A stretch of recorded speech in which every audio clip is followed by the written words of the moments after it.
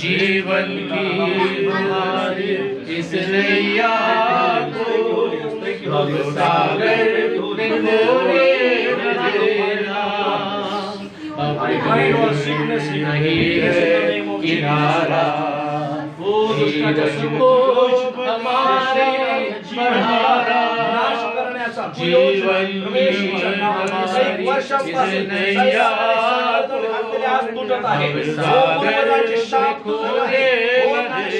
में खोले न देना।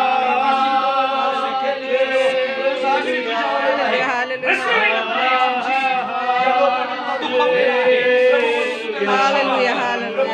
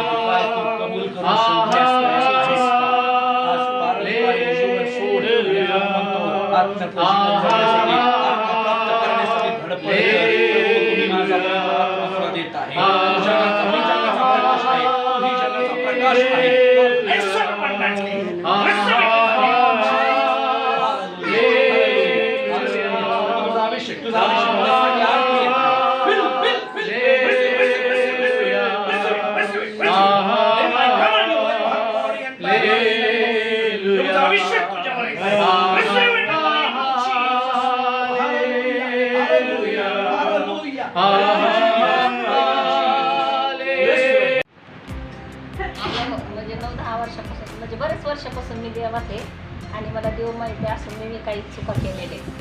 मी प्रभूला धन्यवाद करते. प्रभूला मला अजून शिक्षा केली पण मृत्युमुखी पाठवलं. मी लय मोठी लीडर होते आणि जिल्हा अध्यक्षाचं पद होतं. मला 2 मुली आहे, तरुण मुलगा आहे आणि मी ती भटकले होते पण प्रभूनं मला आणलं, त्याच्या उठवलं मला त्यानं. पण आता जसं तुम्ही सांगितलं ते पूर्ण माझ्यावरच होतं की मी देवात असताना मी आपण काही चुका करतो आणि मी पण तशा केलेल्या आहेत चुका आणि देवाला मला खूप फटके मारले पण मृत्युमुखी पाठवले.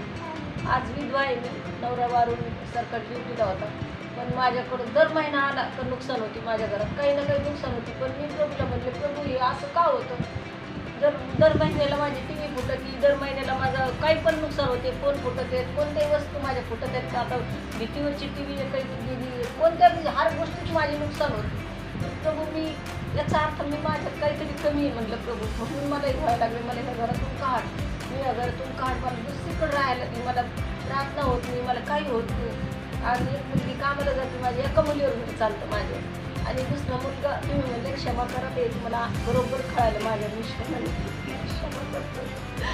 ज्या लोकांनी माझ्या मुलाला माझ्यावर हिरावून घेतलं ते लिडर मी आहे, तुझ्या अजून ते करते आणि माझ्या पोराला पूर्ण मुठीत घेतलं त्याच्या आत्याने काय.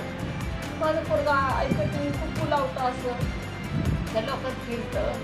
मी लय मनात जळते आणि मी त्या लोकांना मी शाप घेते.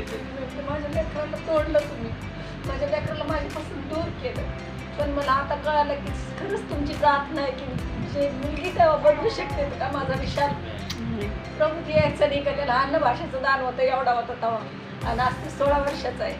तर मी ते प्रभू तू जर माझ्या लेकरला अशी माझं मन असं वाटलं की माझे दिवस आता इथून चांगले आणि खरंच होईल. मी साक्षी घेऊन मुंबईला तुम्हाला भेटायला येईल कारण माझं 5 लाखाचं काम असं रुखलंय माझं व्हायला दिसतंय. त्यानं तिथं हात घातलाय, माझं चेक येऊन पडला, सगळं पडलं. माझ्या कामात नुसते बंद नाही पण प्रभू मला आता कळालं की माझे बंद सगळे तुटले. मी आजच केलं, आजच मी चेंज झाले की प्रभू माझ्यातले कमतरता आहे, मी आज चेंज झाले. मला बरं वाटलं, मला एक प्रार्थना नशिबानं मिळाली, नशिबान मानते देवाची योजना. नाही तर मी तिथे पलटले होते, 2 वेळेस पलटले होते.